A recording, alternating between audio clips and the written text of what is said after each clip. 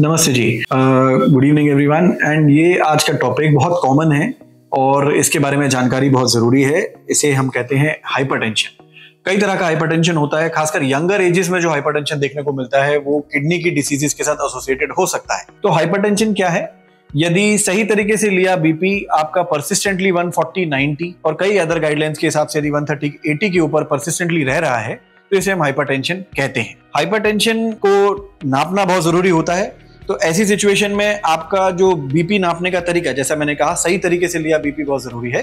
तो आप अपने डॉक्टर से सलाह लें।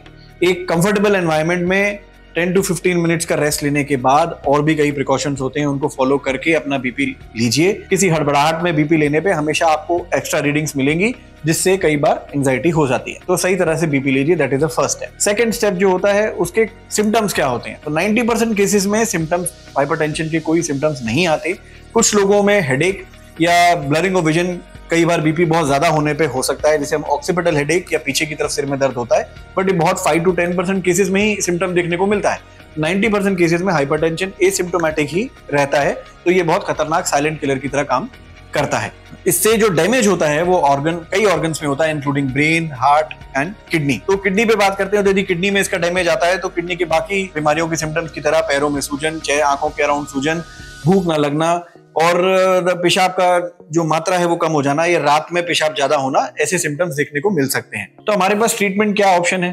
तो ऐसी सिचुएशन में द फर्स्ट स्टेप होता है कि यदि किसी को स्पेशली 40 की एज के अंदर बीपी डेवलप होता है और यदि आपकी फैमिली हिस्ट्री में बीपी नहीं और आपको बीपी डेवलप हुआ है तो आपने सेकेंडरी कॉजेस रूल आउट करने चाहिए। और सेकेंडरी कॉजेस का मीनिंग है, उसमें से एक हमारा जो बड़ा कॉज होता है वो, as an nephrologist I would like to focus on that, kidney.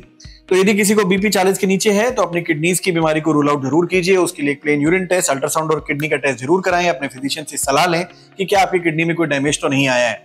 और यदि वैसा डैमेज आया हुआ है तो उसके लिए डॉक्टर्स आपको डिफरेंट तरह की सलाह, जिसमें किडनी बायोप्सी भी एक हो सकती है, उसके बारे में सजेस्ट कर सकते हैं। एक बार आपका हाइपरटेंशन डेवलप हो गया तो उसमें सॉल्ट रिस्ट्रिक्शन और डाइट रिस्ट्रिक्शन, हमारे पुराने वीडियोस यदि आप देखेंगे तो उनमें बताया गया है, सॉल्ट एंड डाइट रिस्ट्रिक्शन बहुत जरूरी हो जाता है। मेडिसिन यदि persistently salt, diet and lifestyle improve करने के बाद भी यदि 140/90 एंड अबव आपका बीपी रहता है तो आपको मेडिसिन की जरूरत पड़ती है। ये बहुत ही इंपॉर्टेंट और इंडिया में बहुत कॉमनली हम अपनी प्रैक्टिस में देखते हैं कि बीपी की मेडिसिन शुरू तो कर लेते हैं पेशेंट्स, बट महीने 2 महीने कुछ वीक्स के बाद यदि बीपी नॉर्मल होता है तो वो अपनी मेडिसिन बंद कर लेते हैं। तो hypertension is a life long disorder. आप एक बार मेडिसिन शुरू होती हैं तो उनकी डोज और उनमें फ्लक्चुएशन जरूर हो सकता है, बट कभी मेडिसिन बंद नहीं होती।